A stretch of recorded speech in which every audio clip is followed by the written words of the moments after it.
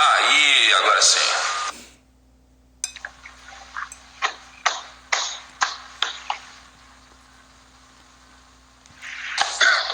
Bom dia! Opa! Bando de maluco! Quer matar a gente do coração, meu? Pô, tô aqui, cara. Não faz isso, não. Que isso, cara? Não, e você tá aqui 1 hora mais cedo, né, Flávio? Porque aí não é 5:09, não, né? Aqui são 4h09 da manhã. É isso aí. Uau! Cara. E pra quem achou que eu não acordei, tá certo. Acertou. Porque eu não dormi ainda, né, cara? Nossa, cara, é verdade, né? Caramba, que animal. Flavião, obrigado mais uma vez. Vai ser incrível. Os primos adoram quando você participa. Eu adoro, você contribui demais. É um impacto nacional aqui incrível. E hoje eu tenho certeza que a gente vai falar sobre um tema muito importante, uma lacuna que existe no Brasil muito grande, né, cara? Que é uma lacuna de educação financeira. E eu queria primeiro que você falasse um pouquinho, Flávio, como que você olha, qual que é o seu ponto de vista sobre a educação financeira aqui no Brasil? Você vê se ela quer uma lacuna? Como você vê o brasileiro cuidando da grana dele? O que você vê, assim? O Brasil tem duas dificuldades muito grandes, né? Primeiro, acho que eu sempre acho importante ganhar grana, não é para depois cuidar da grana. São os dois desafios, né? Então, eu diria que tanto o empreendedorismo, que é um dos motores para você ganhar o dinheiro, é uma debilidade na nossa educação, quanto a educação financeira para cuidar do dinheiro que ganhou. Agora, não precisa também ganhar muita grana para cuidar do dinheiro. Acho que cada um que trabalha, tem um salário ou tem um ganho, ele já deveria estar pegando esse ganho e trabalhando ele, ainda que fosse com um pouquinho, ou pensando a longo prazo. E realmente isso é muito pouco trabalhado, muito pouco ensinado, né?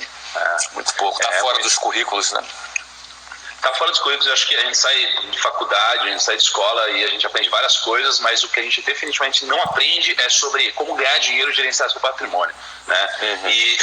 E assim, eu acho que a gente tem essas duas lacunas, né? Precisa ganhar dinheiro, precisa investir seu dinheiro, gerenciar ele. Só que eu vejo que a gente comete um grande erro, que às vezes a gente acha que, poxa, a gente precisa só ter muito dinheiro para poder aplicar nossa grana. A gente pode começar a aplicar com muito pouco, na verdade, não é? O negócio é a gente criar esse hábito, a disciplina de a gente investir todos os meses para que a gente tenha uma liberdade financeira lá na frente, coisa que 1% dos brasileiros têm, né? E, Flávio, eu queria separar esse nosso papo em duas partes, tá?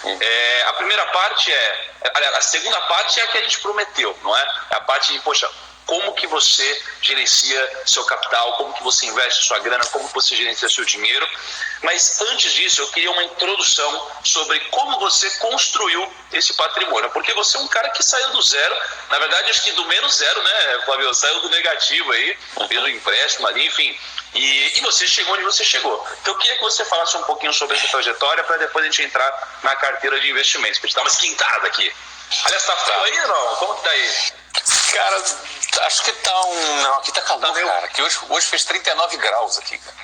Que isso, cara? 39 graus? 39 graus aqui em Orlando, exatamente. Nossa, cara. Mas eu tô no ar-condicionado aqui, então por isso que eu tô de casaco. Exatamente. Tá bom. Mas então, vamos lá. Eu realmente vim de uma família que não tinha condições financeiras. Éramos uma família muito simples, de funcionários públicos. Não era uma família pobre, assim. Uma família que faltava comida, assim, que a gente passava privação. Como eram funcionários públicos, era uma família de classe média baixa da periferia do Rio de Janeiro. Meus avós, meu pai é filho de uma mãe solteira, que na realidade, desculpa, né? Perdeu o pai, a mãe ficou viúva, e ela casou com um outro cara que deu duas opções para ela: ou eu ou teu filho. E aí ela botou o meu pai num colégio interno, sabe aquele colégio interno público, é quase como a FEBEM, né? Então meu pai foi criado assim, né? Então meu pai foi camponês, trabalhou na roça e tal. Minha avó, ela sim foi abandonada pelo marido e criou 3 filhos lavando roupa. Eu era lavadeira, sabe aquelas mulheres que andavam na rua carregando uma bacia de roupa na cabeça? Na cabeça? Isso, exatamente. Essa foi minha avó. Não é? E assim, eles sim, né? Minha avó, assim, dividiu o ovo com 3 filhos, tinha dificuldade, às vezes, de ter uma alimentação. Não é? Agora, o que acontece? Tanto meu pai foi pro exército, e minha mãe conseguiu, com tanto esforço da minha avó, se formar. Não é? E aí ela se formou professora, ela era professora, né? Antigamente tinha um normal, o cara no ensino médio se formava professor, uma parada assim, né?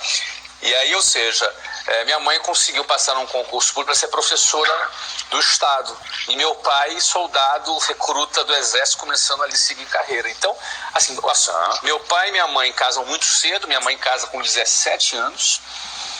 E aos 18 anos eu nasci. Ela tinha 18 anos quando eu nasci. Minha mãe é bem nova, né? Tem 18 anos a mais que eu. Então o que acontece? Eles não tinham patrimônio, não herdaram nada, não tinham nada. Então eles eram pessoas assim. Mas, olha que interessante, Tiago, a pobreza e a riqueza é diferente de prosperidade.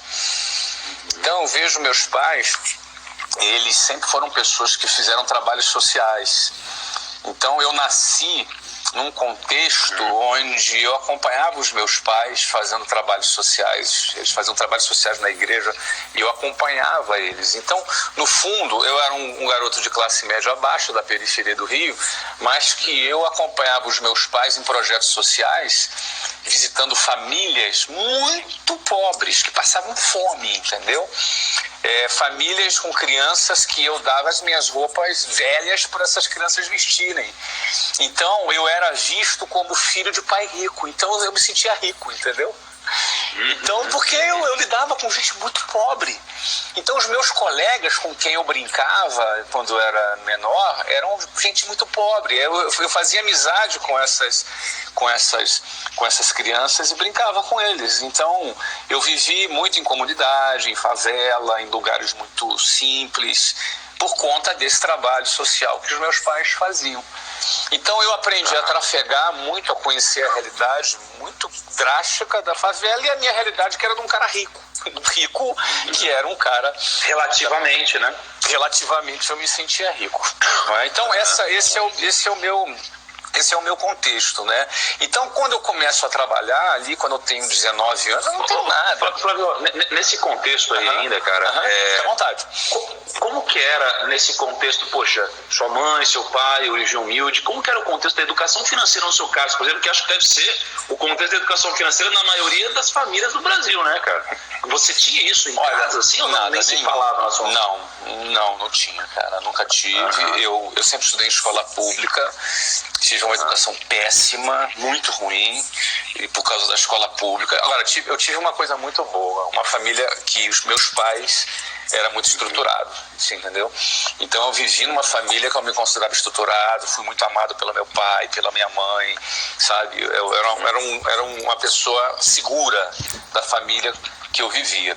Isso era muito positivo. Agora, financeira não. Porque lá em casa não tinha... Era tudo muito apertado, né? Minha mãe sempre apertada, meu pai sempre apertado. E eles ficaram mais apertados ainda e aí eu dei o meu primeiro salto. Porque eu sempre tive vontade, isso é uma coisa minha, eu queria dar certo. Sim. E aí essa história de querer dar certo aí é muito interessante. Por que eu queria dar certo? Porque eu queria ser importante, eu queria ganhar bem, né? Ou seja, ter liberdade, e eu queria dar certo. Agora, o que era dar certo? O dar certo para o jovem, principalmente da periferia, de qualquer lugar, ele tem referências diferentes, sabe? Aí é uma questão de referência. Para mim, dar certo, naquele momento, era eu ser militar. Meu primeiro sonho foi ser militar. Porque meu pai era militar. Então eu queria ser militar de que maneira? Eu fiquei sabendo que você podia fazer uma prova e você entrar como oficial das Forças Armadas. Lá na década de 80, estou falando aqui em 1985, a maioria de vocês que estão me assistindo não tinham nascido.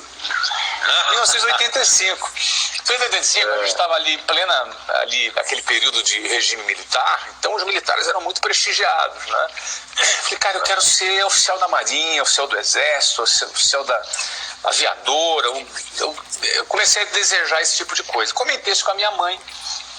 Cara, aí é uma coisa interessante. Aí a gente vê que a educação, ela consegue fazer a pessoa dar um salto.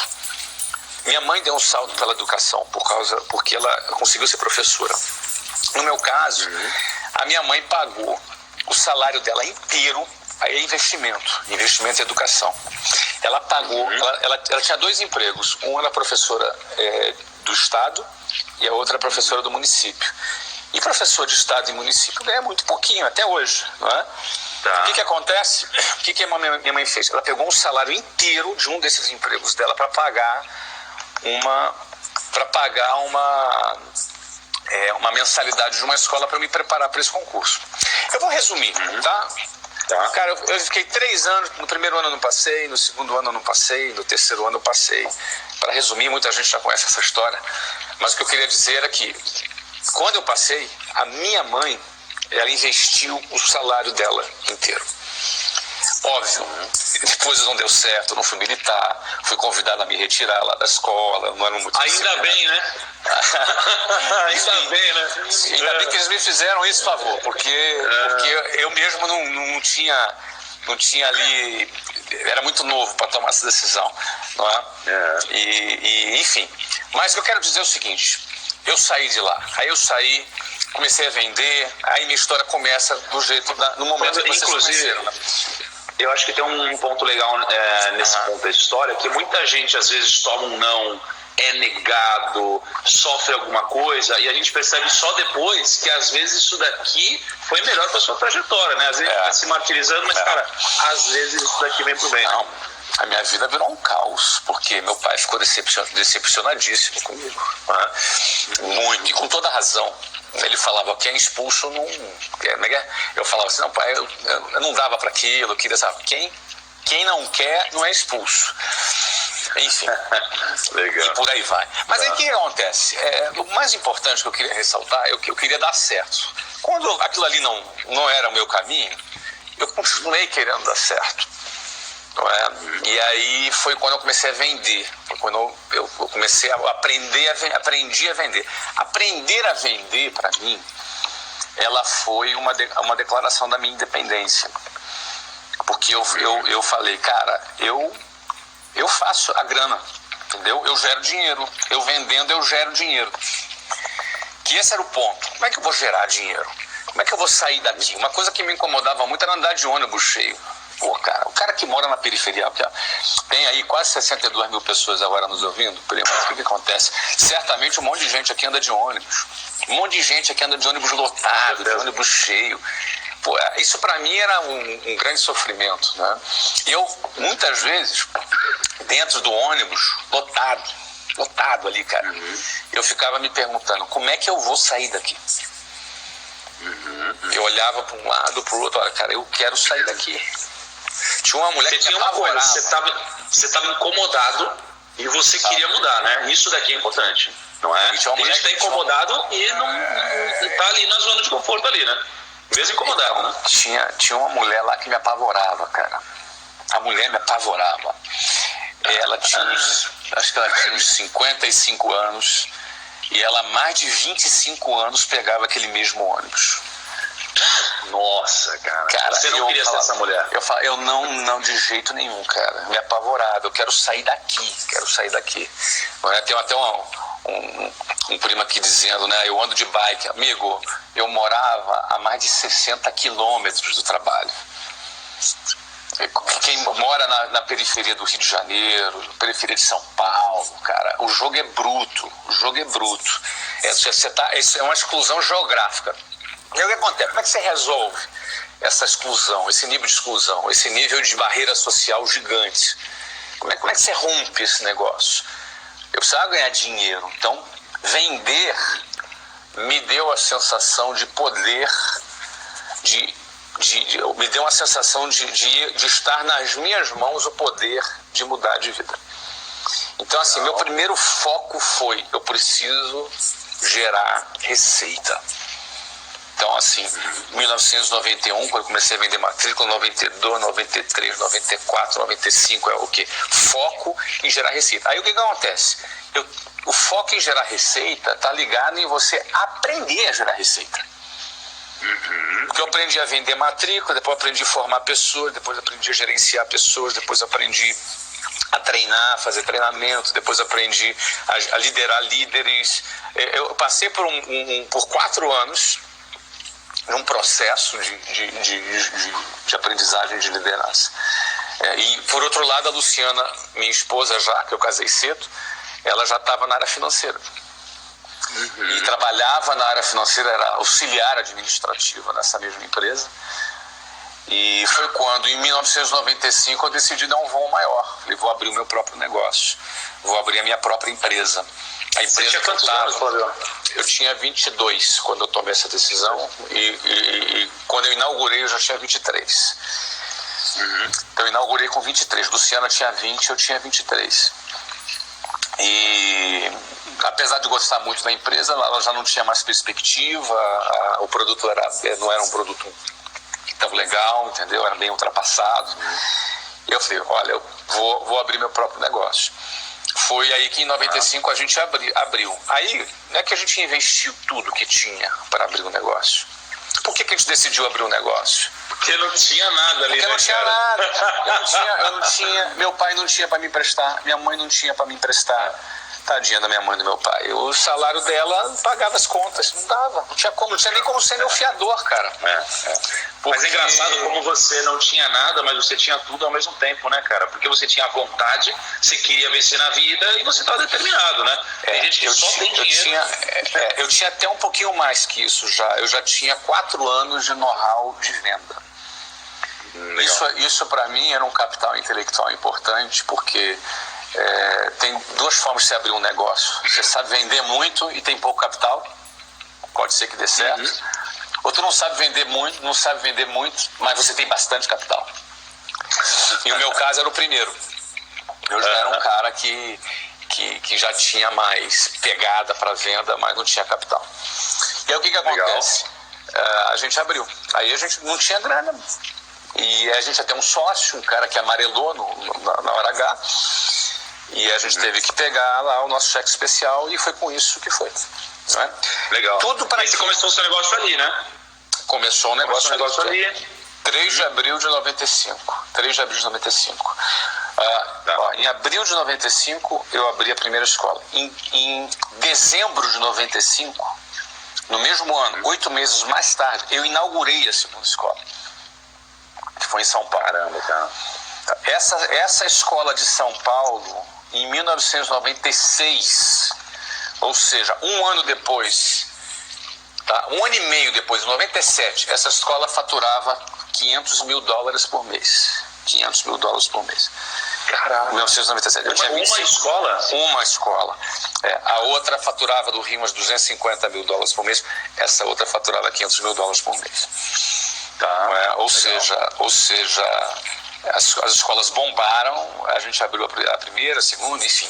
Aí eu comecei a gerar capital. Quando eu começo a gerar capital, o que eu faço com esse dinheiro? Digamos assim, no primeiro ano eu já ganhei dinheiro. No primeiro ano eu já ganhei dinheiro, eu fiz meu primeiro milhão já ainda com 23 anos de idade. Legal. O que eu faço com o meu dinheiro?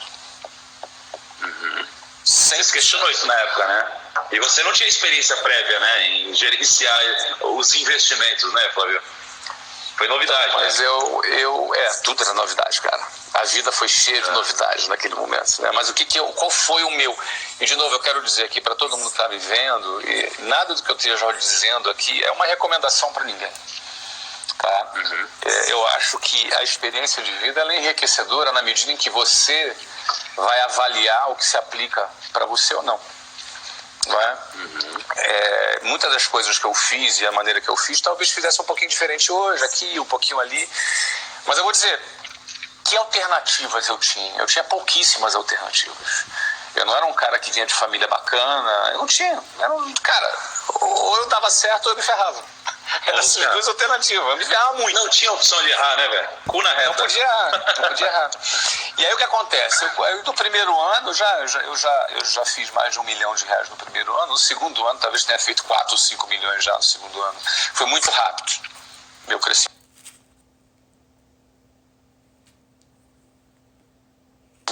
Foi meteórico, muito rápido. Agora a questão é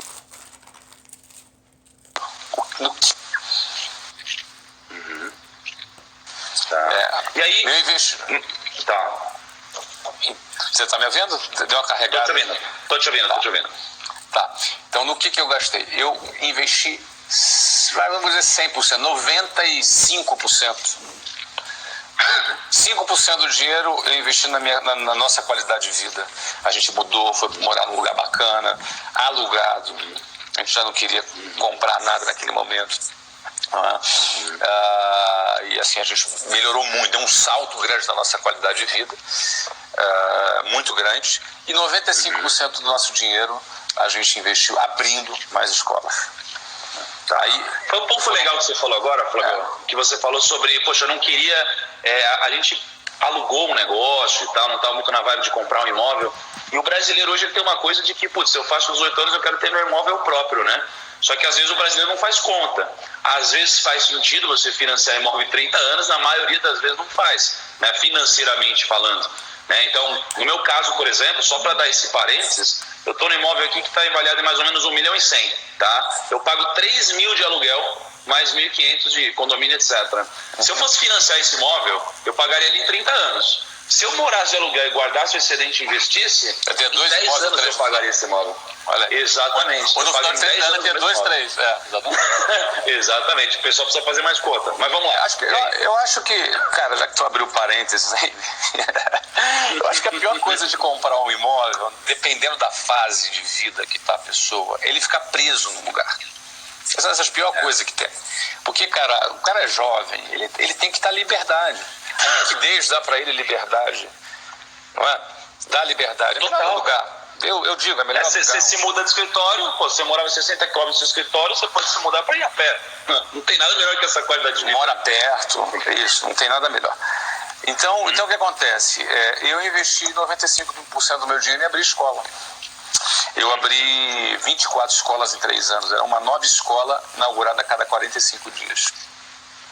Caraca. Então foi aí. E aí eu me garantia, eu tinha que... E aí eu fui evoluindo, não é? Eu tinha que ir tocando o negócio e botando ele para crescer e avançando, etc. E tal. Então o meu track record, eu diria, nesse período foi empreendendo e fazendo o negócio crescer, E detalhe, eu não tinha visão de equity ainda. Eu não tinha nenhuma visão de equity. Para mim o negócio, uma coisa que você abria é dar lucro. Acabou. O fluxo mensal, né? É o fluxo mensal. Ou seja, existia uma riqueza que eu nem sabia que ela existia.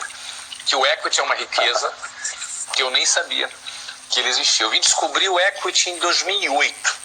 13 anos depois que eu abri a empresa. Eu descobri que existia equity porque veio um cara e me propôs me pagar 200 milhões de reais no negócio. Aí você falou, como assim 200 milhões de reais? Né? O negócio não fatura isso. E aí eu fiquei muito intrigado. Pô, mas como é que o cara vai te pagar 200 milhões de reais? Cara? Eu fiquei assim, né? Muito intrigado. E eu não aceitei a proposta dele. Eu neguei uma proposta de 200 milhões de reais. Mas fiquei muito encucado com essa história do equity. Foi quando eu comecei a pesquisar, comecei a estudar sobre isso. Não é? Ou seja, eu tive que ir aprendendo ao longo do caminho, aprendendo, não é?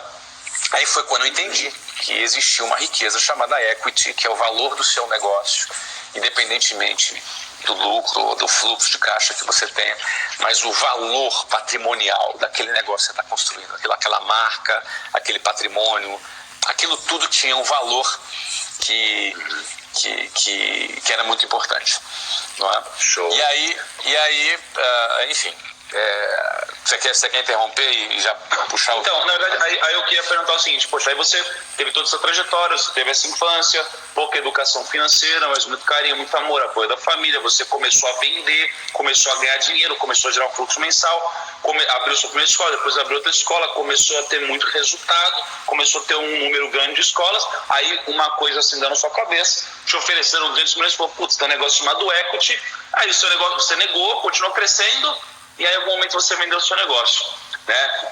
E aí eu sei que você vendeu, aí depois você recomprou mais baixo e tal, mas assim, agora isso daqui, eu acho, vamos deixar um pouco de lado, que os primos já devem conhecer essa história aqui, a gente já falou algumas vezes, é uma história incrível para quem não conhece, né? Precisa conhecer aqui mais a história do Flávio, mas eu quero avançar para o seguinte, beleza, Flávio, e aí você formou um patrimônio relevante, né? A ponto de, poxa, você precisa gerenciar esse patrimônio aqui de uma forma diferente, que não seja só investindo em negócios, né? E você se deparou com esse problema, entre aspas. Como que você, então, passou a encarar isso daí e como que você, hoje, gerencia o seu dinheiro? Mas antes de você responder, Flavião, antes de você responder, é o seguinte. Antes de você responder, ó, é recorde! Que isso? Mas recorde, primos! Tudo bom, Flávio? Batemos o recorde, hein, Flávio? Olha aí, muito bom, cara. Você gosta de bater recorde, né, Trio? Pô, cara, quando eu quero bater recorde, eu te chamo. Aí você bate pra mim o recorde, pô. Imagina, que é esse, cara? Muito bom, tamo junto. Parabéns aí pra gente, pros primos. E eis aqui a consequência de uma live com muita qualidade. Flavião, me conta, e o seu dinheiro? Vamos. Deixa eu dividir a história da grana em duas partes, porque a forma como eu gerencio o meu dinheiro hoje é diferente de como eu gerenciava de 2013 para trás.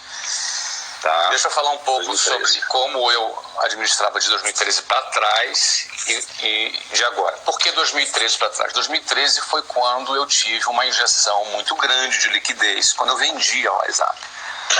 Ali eu tive uma injeção grande de liquidez. Então, aí, a partir daquele momento ficou um negócio sério, ficou um negócio bem mais sério, tá? Tudo bem aí, cara? Tô tranquilo? Cara, tava falando, fiz a live com o Luciano lá, ele deu uma ideia de a gente pegar um patrocinador aí pra tosse, cara, seria legal, né? Opa, bom, eu não sabia que você era merchan agora, desculpa, quis atrapalhar o merchan. É estratégia, eu sei vender, Entendi. Vai que tem um laboratório assistindo aqui agora, né, cara? Estamos aprendendo aí, cara. Vamos lá. Antes de 2013, eu não tinha ainda uma filosofia de investimento bem definida.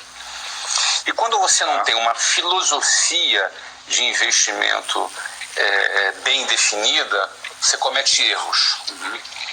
As pessoas acham que o negócio é ganhar dinheiro, o negócio é investir, mas antes você precisa ter uma filosofia bem definida. Então, por exemplo, eu investi muito em bolsa, investi bastante em bolsa. Ganhei dinheiro em bolsa, fazia bastante operações de opções, cravando, fazia uma operaçãozinha um pouco mais sofisticada e ganhava uma rentabilidade. Minha meta era ganhar 3, 4% ao mês, que é muito dinheiro. Não é? E eu sempre fui um cara muito agressivo, eu sou um cara agressivo para investir, né? Eu sempre fui muito agressivo, alavancava a termo os meus investimentos, etc. E tal, né? Nossa, cara. Que bom, foi em 2013, né, Florão? Beleza. Não, 2008, meu caro amigo. 2008? Te soa bem esse 2008 aí, cara? Você deve colecionar umas historinhas aí, hein? Então eu vou só resumir para vocês o seguinte: eu ganhei durante muito tempo muito dinheiro, etc e tal, com bolsa e tal. Assim, bolsa era um negócio divertido, pô, isso aqui é moleza e tal. O que acontece? Com 15 milhões de reais aplicados, uma liquidez de 15 milhões aplicados em bolsa, eu perdi em um dia 12 milhões. Um dia. Ai, meu coração, meu Deus do céu. No dia que Lehman Brothers fechou as portas. Nossa, que beleza, hein? Você lembra que estava posicionado? Você estava comprado, eu estava comprado, estava vendido, desculpa, eu estava comprado em Vale e com opção vendida para exercer em 30 dias. Só que eu estava em termo 5 vezes em termo. Você tinha um lançamento coberto, né? Eu tinha um lançamento coberto e a gente tinha Vale fazendo IPO na França. Foi quando a notícia do Lehman Brothers, foi aquela crise que pegou todo mundo, né? Quem tinha qualquer posição perdeu no mínimo 30% em um dia, só que eu estava alavancado a termo. Né? Aquilo ali, o que acontece? Aquilo ali foi muito interessante para eu definir o meu posicionamento e a minha estratégia. Qual é a minha estratégia? Porque isso é muito importante. Muito importante você entender qual era a sua estratégia. Aquilo ali, obviamente, me afetou pra caramba. Eu fiquei bastante chateado. Quem gosta de perder 12 milhões, né? Num dia? Ninguém gosta. Aquilo era uma liquidez importante para mim. Digamos que eu devia ter metade da minha liquidez naquele momento aplicada em bolsa e eu perdi 70% da metade. Nossa, cara. É bastante coisa. O que você aprendeu com isso? O que você aprendeu com isso? Eu aprendi a minha filosofia. Ficou claro a minha filosofia de trabalho, porque eu sou muito agressivo em negócios, então eu não posso ser muito agressivo em investimento financeiro. Isso é muito importante, porque o que acontece? Se eu vou ter uma postura agressiva nos meus investimentos, nos meus negócios, como investidor dos meus negócios, eu não posso ser agressivo nos investimentos financeiros. Esse foi o meu posicionamento. Desde então, eu tenho um posicionamento claro. Eu sou muito agressivo nos meus negócios. Comprei, vendi, recomprei. Abri um clube de futebol nos Estados Unidos, construí um estádio. Captei investimento, investidor.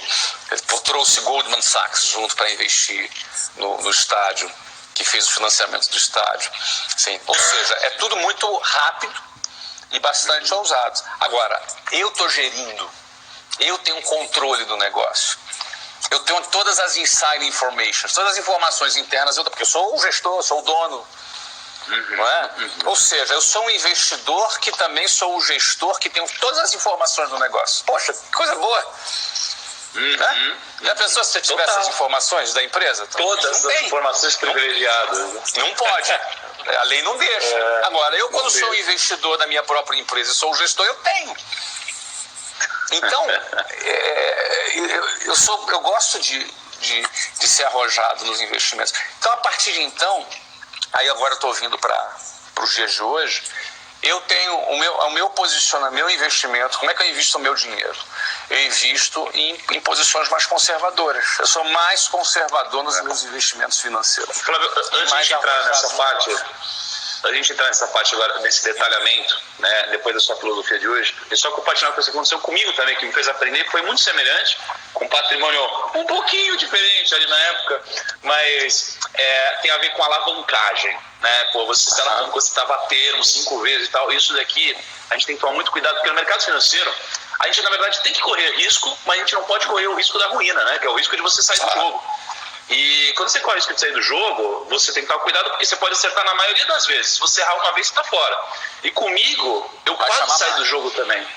Eu quase saí do jogo. Eu lembro que teve um IPO de Abril Educacional, né? Você deve conhecer essa empresa. Aí teve um IPO da Abril Educacional, e eu lembro que ela abriu na bolsa. Eu tinha minhas razões para acreditar que ela ia abrir com uma alta incrível, não é? E eu me alavanquei 5 vezes. Só que quando abriu, o IPO é o dia, né, primos, que a empresa entra na bolsa, tá? E nesse dia de negociação é sempre um momento de muita ansiedade, tá todo mundo olhando, e aí, como que vai abrir, né, o papel? E eu fiquei esperando abrir o papel assim do leilão, que tem um leilão de abertura, né, do IPO. E aí o papel, ele abriu, não tinha ninguém comprando, o papel caiu 10% na abertura, eu tava dando 5 vezes. Então, não teve demanda, eu perdi 50% do meu patrimônio na época. E eu aprendi de forma dolorosa, né, a não me alavancar, a não me expor ao risco da ruína, né, entre outras coisas mais. Tá? Então é um aprendizado mútuo aí, Flávio. E aí estava contando, aí hoje tem uma carteira mais conservadora. Só por curiosidade, para quem não sabe, essa empresa aí que ele investiu, a Abril Educação, foi a empresa que comprou a WhatsApp. Eu vendi para a Abril Educação. E me tornei depois sócio da Abril Educação. Eu tinha 10% dessa empresa, listada, né? Caramba, comprou e vendeu, né, para você? Isso, depois eu vendi para o Fundo Soberano de Singapura, que comprou a minha posição.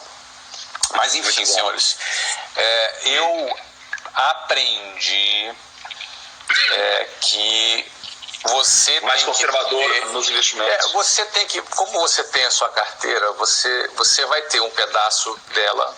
Cada um tem a sua estratégia, mas certamente um pedaço dela você vai ser mais conservador e um pedaço você vai ser mais arrojado. Então, se eu sou arrojado nos negócios, eu não posso ser arrojado no financeiro. Não é? Então, hoje, para mim, você falou, você não pode correr o risco de estar fora do jogo, não é assim? Então, o dinheiro do jogo, para mim, é o dinheiro dos meus negócios. Liquidez é dinheiro fora do jogo, para mim. Tá. Porque eu tô ali eu vou ser mais conservador e mais arrojado nos negócios. Então hoje eu diria para você que meu patrimônio está alocado mais ou menos aí uns 65%, 70% nos meus negócios, e 30%, 35% em liquidez. E quando eu falo de liquidez, aí obviamente de uns tempos para cá, nós estamos falando de uma liquidez maior, aí requer um outro tipo de gestão, né? Hoje eu tenho um family office, tem 6 pessoas que trabalham, um head do family office, um gerente de investimentos, 2 analistas, um advogado e um auxiliar desse advogado que trabalha só no family office para fazer a alocação de recursos. Isso acontece numa estrutura de 5 fundos, nós temos 5 fundos privados, nós somos proprietários dos fundos, 4 fundos no Brasil e um fundo offshore. Ou seja, essa estrutura me dá a possibilidade de fazer tanto fundos de investimento de participação de empresas, como também fundos multimercados. E essa estrutura offshore, eu consigo fazer investimentos dentro do Brasil e fora do Brasil com muita fluidez, com muita rapidez. E essa estrutura, ela também me permite fazer esse planejamento financeiro e também o planejamento fiscal, né? O planejamento tributário. Esses fundos me permitem fazer esse tipo de planejamento. É uma estrutura mais complexa, é cara, você precisa de volume, de escala para justificar essa estrutura. Não é? Mas basicamente o tipo de investimento que a gente faz, 70% da liquidez está em bonds. Bonds seriam debentures, né? Quantos por cento? 70% e 30% em fundos, né? Tá. 70% em bonds e 30% em fundos. Bonds, só para explicar para o pessoal, o debênture no Brasil é mais ou menos o seguinte: eu empresto dinheiro para as empresas, empresto dinheiro para os bancos, empresto dinheiro para as empresas. É um investimento mais...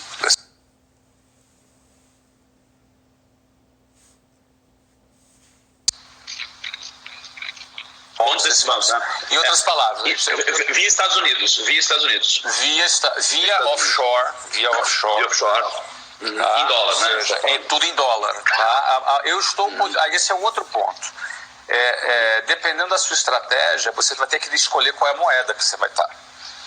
Então, levando em conta o tamanho do investimento que eu tenho nos Estados Unidos, o posicionamento que eu tenho nos Estados Unidos, a moeda que me dá mais segurança é o dólar. Sim.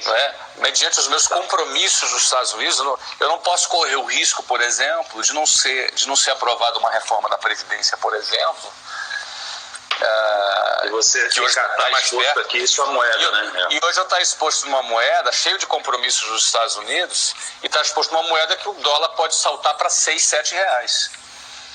Eu vou dar um exemplo para você. Na Argentina, 3 anos atrás, o dólar custava 9 pesos e 40 centavos. Hoje custa 44 pesos, um dólar. Caraca. Seria equivalente o nosso dólar sair de 3,82, que é hoje, para 16 reais. Já pensou? Então, não pensei. Nem quero pensar. Mas aí eu fico posicionado em dólar. E hoje meu time do Family Office trabalha com a Meta. A meta deles é 4,5% ao ano. Ponto. Em dólar. Em dólar. Em dólar. O que é muito diferente de 4,5% em real aqui, né? Que os preços completamente. Tá pensando. Não, se você for pensar em real, pensa o seguinte, a Selic no Brasil está 6,5%, só que a inflação é 4%. Então o ganho real é 2,5%. Ganho real bruto, é 2,5%. Né? Bruto, fora imposto. Aí você tira imposto, etc. Isso. Agora, no meu caso, é o que? É 4,5%, é a meta. Geralmente o pessoal está batendo em 4,8%, não é? Só que a inflação nos Estados Unidos é 2%. Então você está falando de 2,8% líquido. E como é um fundo, tem planejamento tributário. Você entendeu? Tem ganho fiscal, tem um monte de coisa. Tem ganho fiscal, tem uma série de coisas, não é? Só que detalhe, é dólar. Então não adianta nada eu querer trabalhar, por exemplo, eu quero ganhar 10%, mas eu vou aplicar no Brasil, eu vou ganhar 10%. Se num soluço a variação cambial me tira 20%. Eu estou falando um volume muito grande. Então, para mim, a proteção vem em primeiro lugar. Então, a proteção sendo em primeiro lugar, a moeda que me protege é o dólar. Sim. E aí deixa eu só fazer então, só para concluir, então, se eu vou fazer um bonde para o Itaú, se vou emprestar um dinheiro para o Itaú, é em dólar. É tudo precificado em dólar. Sim. Isso. Basicamente assim, primo, só para dar um overview aqui, o que o Flávio está falando poxa, ele é muito agressivo nos negócios, então a maior parte do capital dele está nos negócios dele. Então, como ele tem essa agressividade, do outro lado, que ele tem um dinheiro, ele precisa fazer alguma coisa com isso. E esse dinheiro, ele não vai correr um risco de sair do jogo, por exemplo, ele vai investir em coisas mais líquidas, mais conservadoras. Só que como o Flávio tem uma exposição global, digamos assim, tem um patrimônio também relevante, está mais situado nos Estados Unidos, faz sentido para ele, ao invés de ele ter toda a estrutura dele de investimentos aqui no Brasil, ele tem uma estrutura de investimentos nos Estados Unidos. Só que a diferença é que quando você tem mais patrimônio, às vezes justifica você ter uma estrutura própria como um family office para te ajudar a gerenciar tudo isso. Você não precisa de um family office quando você está começando e você pode investir em coisas que o Flávio está investindo, obviamente com às vezes algumas diferenças, mas no mesmo conceito, com muito menos dinheiro. Tá? Então, no caso do Flávio, ele tem a estrutura que ajuda ele e ele basicamente investe em renda fixa. Só que quando você está investindo em renda fixa, a gente tem que tomar cuidado para não confundir. O Flávio falou de Itaú. Não é que o Flávio ele vai lá e compra ações do Itaú. Não, é o contrário. Na verdade, ele empresta dinheiro. Emprestando dinheiro para o Itaú. Ele empresta dinheiro para o Itaú e para várias outras empresas. Ele falou, quais outras você falou aí, Flávio? Algumas outras você falou? Eu peguei uma lista aqui, tem mais, Itaú, Morgan Stanley, Citibank, Goldman Sachs, Bradesco, Votorantim, a gente tem uma posição boa com Votorantim, T-Mobile, não é T-Mobile, aqui nos Estados Unidos. A gente também investe no Chile também, empresa de infraestrutura do Chile, Natura também a gente investe. Mas, de novo, não são ações, né? São bonds. Isso. Porque aí, imagina assim, o Flávio, ele se depara com uma decisão. Ele pode emprestar dinheiro para o governo ou ele pode emprestar dinheiro para empresas. As empresas, elas tendem a pagar mais que o governo, porque o governo, teoricamente, é o risco zero do país, não é? Então, ele tem um prêmio de rentabilidade aqui, porque tem um risco relativamente superior. Só que o Flávio tem uma equipe de análise que ajuda ele a entender, poxa, se faz sentido ele correr esse risco pelo prêmio que ele está recebendo nesses bonds, que no Brasil seria o equivalente a debêntures, né? E aí a sua carteira, ela é de... E aí o risco é o risco, por exemplo, de ser empresta para o Itaú, o risco é o Itaú quebrar. Mas assim, é uma empresa, é uma empresa muito grande, né? Goldman Sachs, qual que é o risco de Goldman Sachs quebrar? É difícil, entendeu? É extremamente difícil. Então ele se expõe a um risco relativamente baixo, diversifica a carteira dele. Acho que esse é um princípio importante, né, Flávio? Você diversifica a sua carteira, né? A gente também está dentro do fundo da Pinco, que investe em países emergentes, que tem 30% dessa liquidez lá com eles, né? O que acontece? O pessoal está perguntando se eu invisto em ações. Eu não invisto em ações, eu só invisto em ações das minhas empresas. Então, 70% do meu patrimônio está alocado nas minhas empresas. Então, assim, só para você ter ideia, em termos de posição, tá? Eu investi $100 milhões no Orlando City. O Orlando City hoje vale aí $600 milhões, mais ou menos. Eu fiz 6 vezes em 5 anos. Isso agora. é arriscado, mas como eu estou na gestão, está na sua mão, controle, está na minha mão. Então eu me sinto muito mais confortável do que estando na mão de um executivo, de uma outra empresa. Então eu prefiro investir. Se é para investir em ações, eu invisto em ações das minhas empresas. Esse é minha forma que eu estou posicionado hoje. É que, na verdade, o que você está falando, né, Flávio, é que assim, não é que não faz sentido investir em ações, é que, na verdade, você investe, mas nas suas, né? Gente, de novo, eu vou repetir, o que eu estou falando aqui não é recomendação para você, são fases da vida. São fases da vida, entendeu? Então, é assim, o Thiago me convidou, falou, Flávio, tu topa falar do teu, como é que você faz os seus vídeos? Topo, cara, topo, nunca falei sobre isso, eu topo falar, entendeu? Mas isso é a fase da vida que eu tô, entendeu? É diferente da sua fase, da sua vida, você tem que analisar qual é a melhor filosofia para você na sua fase da sua vida, não é? E aí na minha fase eu tenho, não é?